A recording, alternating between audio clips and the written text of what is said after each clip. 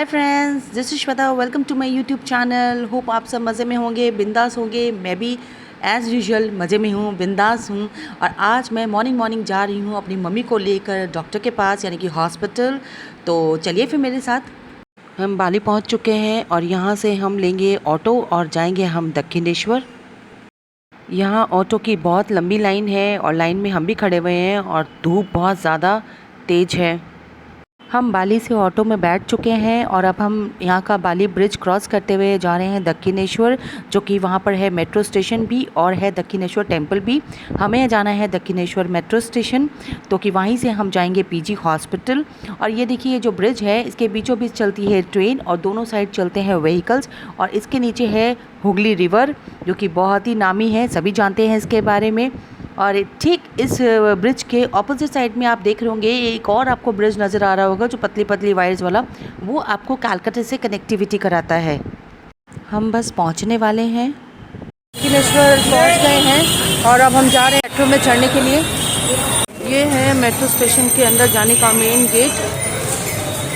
यहाँ से आपको ऑटो भी मिलेंगे जो कि आपको दक्षिणेश्वर मंदिर पहुँचाएंगे, और नहीं तो आप वॉक करके भी जा सकते हो। ये है नॉर्मल ट्रेन का जो टिकट मिलती है, वो उसकी ट्रेन की टिकट का काउंटर है ये दक्षिणेश्वर का। और यहाँ पे जो है ये जा रहा है रास्ता मेट्रो रेल की तरफ में, जो कि दक्षिणेश्वर मेट्रो रेलवे है। ये देखिए, हाँ लेट हो गया मुझे आज उठने में ना, कि मैं तो भूल ही गई थी कि मुझे जाना भी है। वो तो ऑल ऑफ अ सडन मेरी नींद जो खुली है ना, तब मुझे पता चला कि अरे भाई मुझे तो जाना है, मुझे जल्दी उठना चाहिए।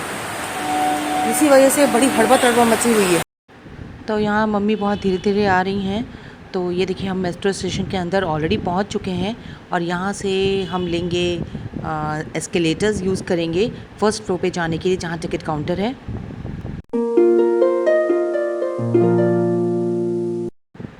तो ये हम पहुँच गए हैं टिकट काउंटर, और यहाँ तो बहुत रश है क्योंकि अभी ऑफिस टाइम है, तो लाइन तो बहुत लंबी है।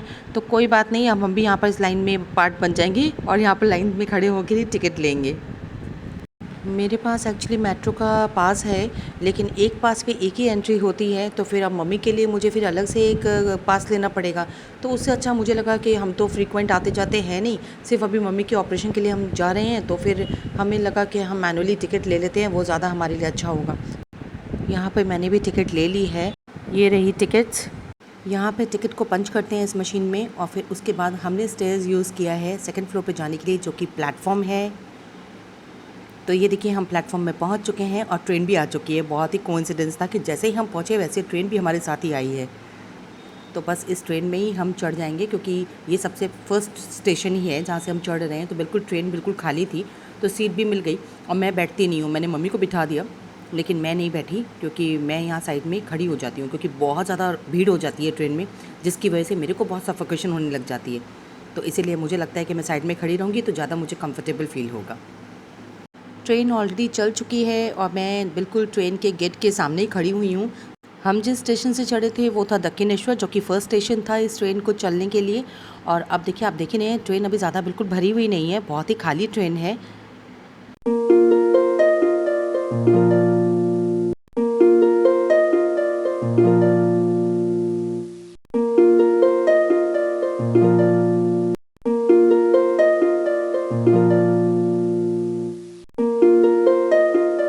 दमदम स्टेशन से ही बहुत सारे पैसेंजर्स चढ़ते हैं इस ट्रेन में, और सभी ज़्यादातर ऑफिस गोइंग ही होते हैं। तो इसलिए ये ऑफिस टाइम है, तो इसीलिए यहाँ से बहुत ज़्यादा भीड़ हो जाती है ट्रेन में।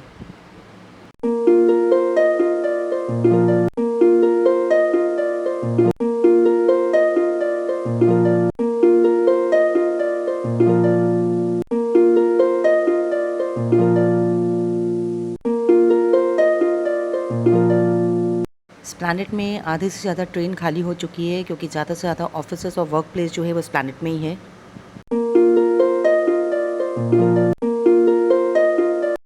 अब आ रहा है हमारा स्टेशन, जहाँ हमने उतरना है।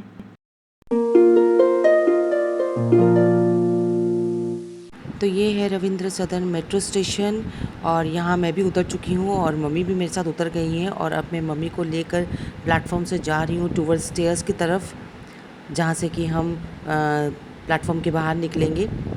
और यहाँ पर आप देख रहे होगे स्टेशन में बहुत ज़्यादा भीड़ है, क्योंकि रविंद्र सदन जो मेट्रो स्टेशन है यहाँ पर बहुत ज़्यादा ऑफिसेज वगैरह बहुत ज़्यादा हैं, कॉल सेंटर्स बहुत ज़्यादा हैं, तो इसलिए यहाँ हमेशा ही स्टेशन पे बहुत ज़्यादा भीड़ रहती है। और वो देखिए भाई साहब मेरी तरफ ही देखते देखते जा रहे हो, मेरे को मत देखो जी, अपना आगे आगे देख के चलो, गिर जाओगे पे उल्टे मुँह। ये टोकन मशीन में सबमिट करने की लाइन है, तो यहाँ पर हम एग्ज़िट करते वक्त यहाँ पर टोकन जो है उस मशीन में डाल देंगे और उसके बाद अपने आप ही वो गेट खुलेगा और हम चले जाएंगे। तो ये एग्ज़िट हो रहा है बाहर की तरफ। मम्मी जा चुकी हैं और अब यहाँ पे मैंने भी टोकन डाल दिया और मैं भी जा रही हूँ। यहाँ से हम एस्केलेटर्स यूज़ करेंगे क्योंकि यहाँ पर कोई स्टेयर्स नहीं है, तो एस्केलेटर्स ही है एक माध्यम ऊपर नीचे जाने के लिए। स्टेशन से हम लोग बाहर आ चुके हैं और अब हम आ चुके हैं क्रॉसिंग पे, यानी कि यहाँ पर है एक्साइड क्रॉसिंग। बहुत से लोग इसे हल्दीराम क्रॉसिंग के नाम से भी जानते हैं, तो ये एक्साइड बोलिए, रविंद्र सदन बोलिए, तो सभी इस नाम से वाकिफ़ हैं। यहाँ सिग्नल पे गाड़ियाँ खड़ी हो चुकी हैं, तो अब मुझे लगा ये राइट टाइम है रास्ता क्रॉस करने के लिए, बिकॉज़ यहाँ पर बिल्कुल भी हड़बड़ाहट नहीं करनी चाहिए। ये रास्ता वैसे ही बहुत बिजी रहता है, आपको कोई मार के भी चला जाएगा, कुछ आप नहीं कर पाओगे, तो इसलिए बहुत पेशेंस की ज़रूरत होती है रास्ता क्रॉस करने के लिए। यहाँ से 5 मिनट्स और वॉक करना पड़ेगा हॉस्पिटल तक। यहाँ हम लोग हॉस्पिटल के अंदर आ चुके हैं और यहाँ के आप देख रहे हो बहुत ज़्यादा रश है, क्योंकि सामने में ओटी है, तो जिनके घर के लोगों के ऑपरेशंस हो रहे हैं वो सब यहाँ पर वेट कर रहे हैं ताकि उनको बुलाया जाएगा तो वो वहाँ जाएंगे, तो इसलिए इसकी वजह से आज बहुत ज़्यादा रश है और मंडे का दिन है तो इसलिए और ज़्यादा भी रश है। मम्मी यहाँ पीछे पीछे आ रही हैं और मैं थोड़ा जल्दी जा रही हूँ ताकि मुझे लग रहा है कि मैं पहले जाके वहाँ पर स्टैंप लगवा लेती हूँ उनके प्रेस्क्रिप्शन पे। यहाँ आने का मेरा एक ही रीज़न है कि यहाँ पर डॉक्टर्स जो हैं वो बहुत ही स्ट्रेट फॉरवर्ड हैं।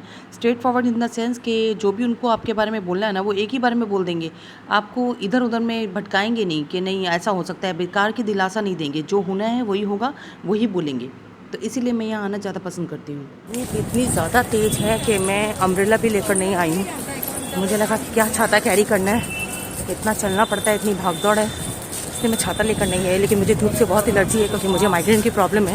ज़्यादा धूप में रहने से मेरे सिर तपने से मुझे सिर में दर्द होने लग जाता है, बहुत सीवियर पेन होता है। ये है IOPD बिल्डिंग, हमें जाना 2nd फ्लोर पे।